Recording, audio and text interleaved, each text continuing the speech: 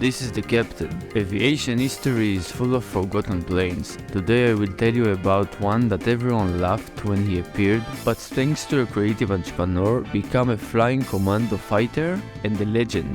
Our story begins in the 30s, when Hitler army flew across Europe under Slane. In England, next in the list of targets, one Geoffrey de Havilland lived, an unconventional aircraft manufacturer who understood where the wind was blowing. While other manufacturers were developing virus fighter planes and bombers, he decided to combine them and invent a fighter bomber. Why?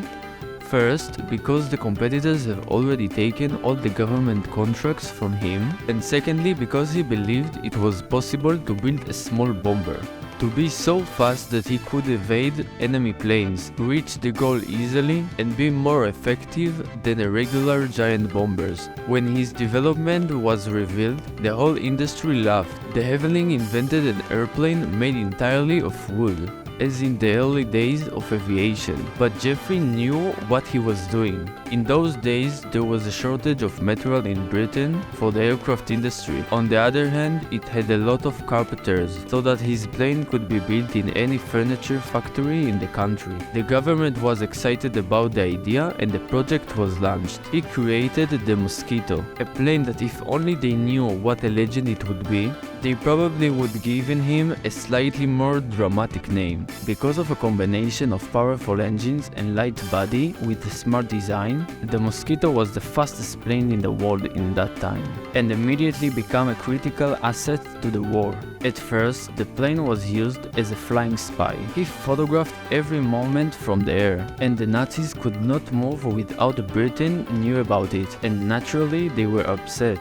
And no one was more upset than one Hermann Göring, the commander of the Nazi Air Force. He offered his soldiers promotion, medals, awards and golds for every Mosquito they managed to shoot down, and they failed. He established a special elite squadron designed only for hunting mosquitoes, and she failed. He demanded that the German aviation industry copy the Mosquito, build its own mosquitoes, and she failed too. But Göring had a lot of more to be upset about. As a bomber, the Mosquito proved to be a real lift, because they could fly fast and stably at any height. The Mosquito bombed factories, airports, ships, and whatnot.